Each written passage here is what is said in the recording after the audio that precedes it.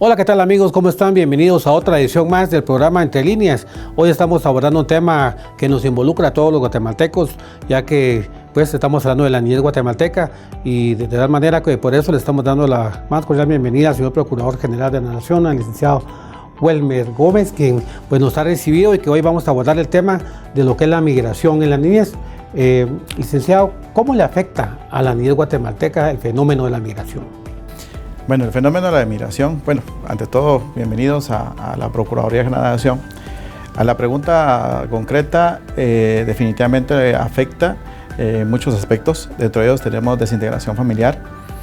Muchas veces los padres son los que se ven obligados a tener que salir de Guatemala por varios factores, inclusive factores meramente culturales, y eso provoca que a los niños, niñas o adolescentes, cuando son menores de edad, se queden a resguardo de un familiar cercano, que en algunos casos ese familiar cercano no brinda la misma atención como lo son los representantes legales de este. Otro factor es que esa desintegración también provoca que tengamos un segmento de niños, niñas o adolescentes que en algún momento puedan ser expuestos a un reclutamiento de estructuras o crimen organizado, que también es otro factor importante. Quien queda a resguardo muchas veces no le brinda la misma atención como mencionaba y no vela por derechos fundamentales como la salud, la educación, inclusive la recreación, que son factores que empiezan a repercutir negativamente en los niños o adolescentes, y eso pues obviamente va creando ciertos fenómenos dentro de las mismas comunidades. Definitivamente pues, sabemos que la niñez pues, está entre los grupos más vulnerables. Al hacer esta travesía, que como usted lo dijo también muy bien, responde también a patrones culturales. ¿Cuáles serían los riesgos más fuertes que atraviesan estos niños cuando deciden seguir a sus papás o por sí mismos tomar esa aventura? Sí, como bien lo mencionaba, efectivamente tenemos dos segmentos importantes. Uno es el caso de los niños que acompañan a sus padres, niños o adolescentes que acompañan a sus padres, que lo tenemos identificados como unidades familiares. Esas unidades familiares que muchas veces tienen que emprender esa travesía, obviamente se exponen a peligros propios de la ruta migratoria.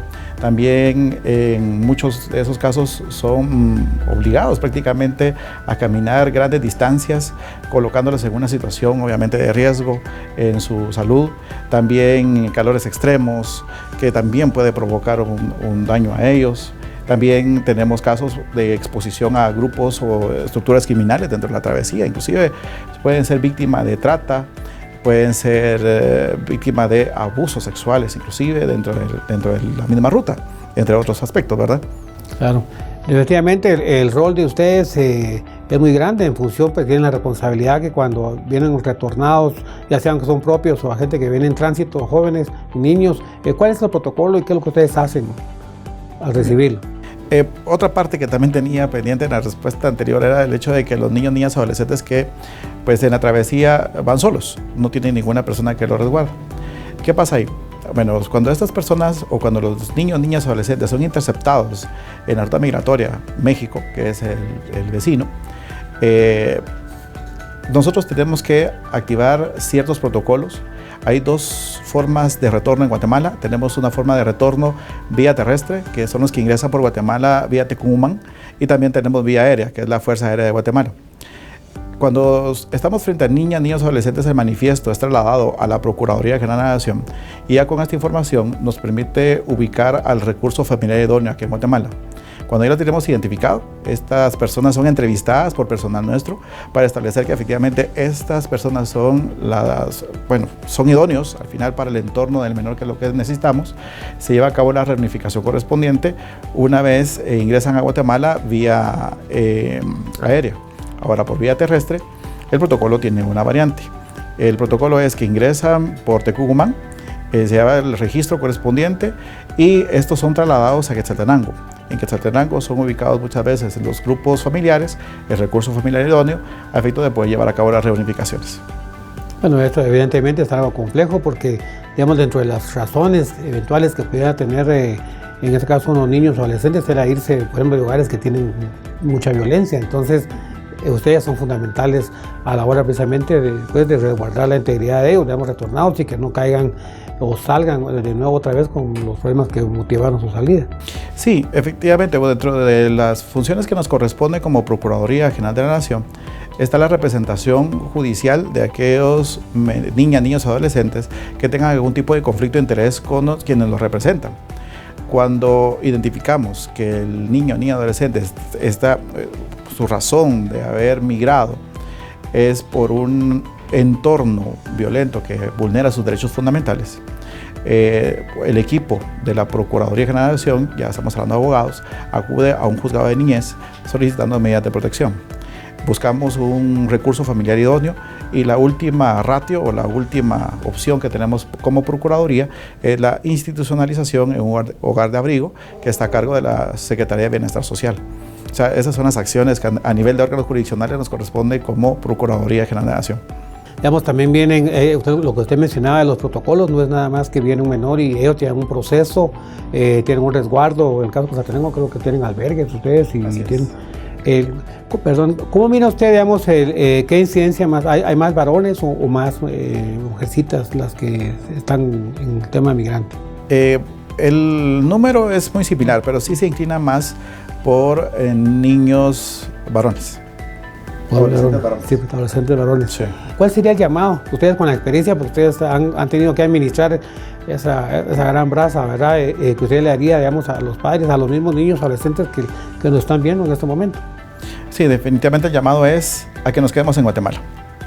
Que nos quedemos en Guatemala. No vale la pena sacrificar la integridad, la vida de nuestros niñas, adolescentes en una ruta migratoria que muchas veces quienes ofrecen algún tipo de posición económica lo hacen precisamente con un interés, y es precisamente en las coordinaciones que hemos tenido con el Instituto Guatemalteco de Migración y con las reformas que recientemente se dieron al Código a la Ley de Migración en Guatemala para endurecer las penas relacionadas precisamente a las personas que se dedican al tráfico de migrantes, que muchas veces lo que buscan es un incentivo económico, pero al final exponen a nuestros niños, niñas, adolescentes en un entorno que realmente no tendría que ser así.